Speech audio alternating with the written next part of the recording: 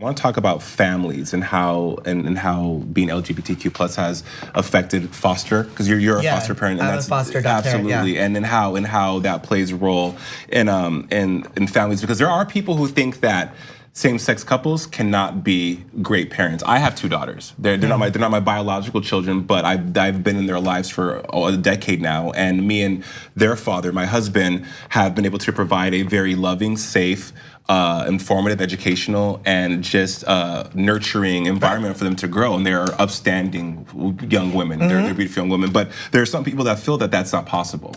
Well, I want to say that as a lesbian, I shouldn't be allowed to have children. Not because I'm a lesbian, because I'd be a terrible parent. And I saw you on the Atlantis cruise. Okay, continue. Okay, so I like, obviously, whoever can give a child a home should be a parent. Right. Whoever wants to be a parent, who desires it more than anything, should be given the opportunity to be a parent. Right. That is not me. Yeah. Okay. Yeah. No. Well, absolutely especially not. queer people who step up to the plate, because statistically, queer people are 7 times more likely to foster and adopt. We're 7 times more likely to adopt children of color. Yeah. We're 7 times more likely to adopt kids with special needs, and so, but only 1/5 of the agencies, foster adopt agencies in the country, recruit us as parents, as a group, and we're here going, we're here to adopt the kids. And in 10 states, it's what Trump is trying to rescind are the protections that a federally funded agency can't discriminate based on race, sex, gender identity, marital status, and in 10 states you can. So we were fighting for the Every Child Deserves a Family Act so that those protections can stay in place. We met on our family cruise that was like Rosie O'Donnell's cruise line, and it was gay men and women, so it was mixed. Yeah. I've never seen more. It was like disabled kids and kids of color. It was like they were all adopted. You could see it was so amazing. And this was 10 years ago. Yeah. And it's still. And really extremely well-behaved kids too. Yes. Because there's a spotlight on us all the time, like, oh, these are your kids. They Are must they gonna be act up? So we're like, exactly. sit up, you are in a restaurant. You're gonna have to use your inside voice. Right. Yeah. And don't you think that, at least from our experience in seeing that, and what I heard with my own ears too, from parents, and this is not something I heard from my parents. Yeah. I didn't hear "we wanted you." Oh yeah, no, I never heard that either. That's why I'm like this. We wanted you. Yeah, we wanted you so badly. We went out and bought you, or whatever. Yeah. Like we went out and found you. We went to China and got you at a sidewalk sale. Right. Like that these kids felt. And you could see it, and you felt it, and you heard it with the parents, because I heard them say it. Yes. And they constantly are reassured and assured that they're wanted, and that they went out of their way to be. That they wanted them so badly, they went out of their way to find them. That they were, and it was. I think as queer parents also we're operating out of our own deficits of what we didn't get.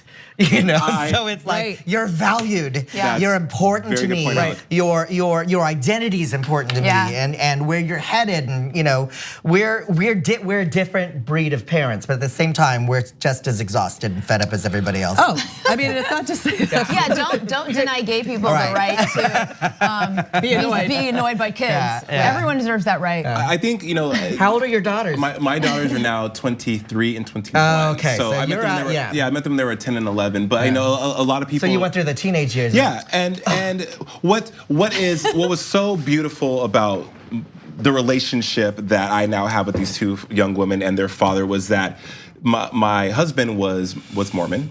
Wow. Yeah, there's a huge story there, and so that's of course that's that church. There's deep roots there, And so being extrapolated from that, and then raising these girls, these women are so of the world. They're so cultured. They're so aware. They're so accepting and so knowledgeable, and it's just such a refreshing and enlightening thing to see daily. Yeah. And people ask me, well, how do you 2 parent? There's 2 dads, and are they okay with the whole gay thing? That was never an issue. Kids don't care about that. They don't care, because as you said, Julie, they want to feel wanted. And I think, Alec, you make a great point about us giving to foster kids or stepchildren or in blended families the love that we didn't receive. It's not complicated to children. I mean, my son was 5 years old and he'd spent 2 years in the system. He'd been a foster kid since he was 3. And think about how stressful it is to move. Now, think about having to do that when you're 3. So he came to us, he was exhausted, and it wasn't complicated to him. I said, I'm Filipino. Oh, there he is. Look how big he is now. He's so big. I'm Filipino, Papa's white, there's AOC. Oh. We met her. Did you adopt her too? I wanted to. Oh. I said Capitol Hill is Coachella and you're Beyonce. And she told me to shut up. I said, I'm Filipino, Papa is Cajun, which means he's kind of French, and you're black, but we're a family. This is the kind of family you got. We picked him up to school, very first day. One kid said to him, you have 2 dads? And he said, yeah. And she said, why? And he said, because we're French. So it's not complicated to kids, especially when kids have needs. You get up in the morning, they're hungry, you feed them. They're restless, you take them to the park, you exhaust them. I mean, we're not doing anything new. When they go to bed, you take pills. Right, oh God, many. And I mean, honestly, it was probably harder that they had a Mormon dad than that they had 2 dads, you know? Right. A former Mormon, that's probably a bigger issue. Well, and it's but it's interesting you say that, Brandon, because like I see a lot of the Mormon, because I think in religion there are great nuggets to take from that are great for the basis for being religion nuggets. These are delicious with barbecue sauce. No, that help you become an upstanding citizen and help you become an adult, right? There's foundations there, yeah. So seeing him, my parents were very divorced. Okay. And I have a stepfather. My mom remarried, so I know what it's like to have kind of a not very just divorced family. Very divorced, and there's nuances to that are detrimental to children. I have a twin brother, an older brother, and a little sister, and so seeing him and how he is with his daughters, I can say that he is a damn good father. Provides for them. These kids have never wanted for anything in their life as far as being provided for materialistically or financially, but also the attention.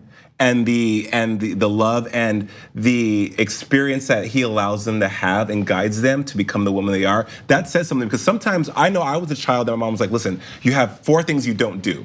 Don't get anyone pregnant, don't end up in jail, don't end up on drugs, don't drop out of school. Everything, you're on your own, figure it out. Oh. And that's what kids of the 90s were told, because those were, I guess, to me, the evils that we were faced with back then.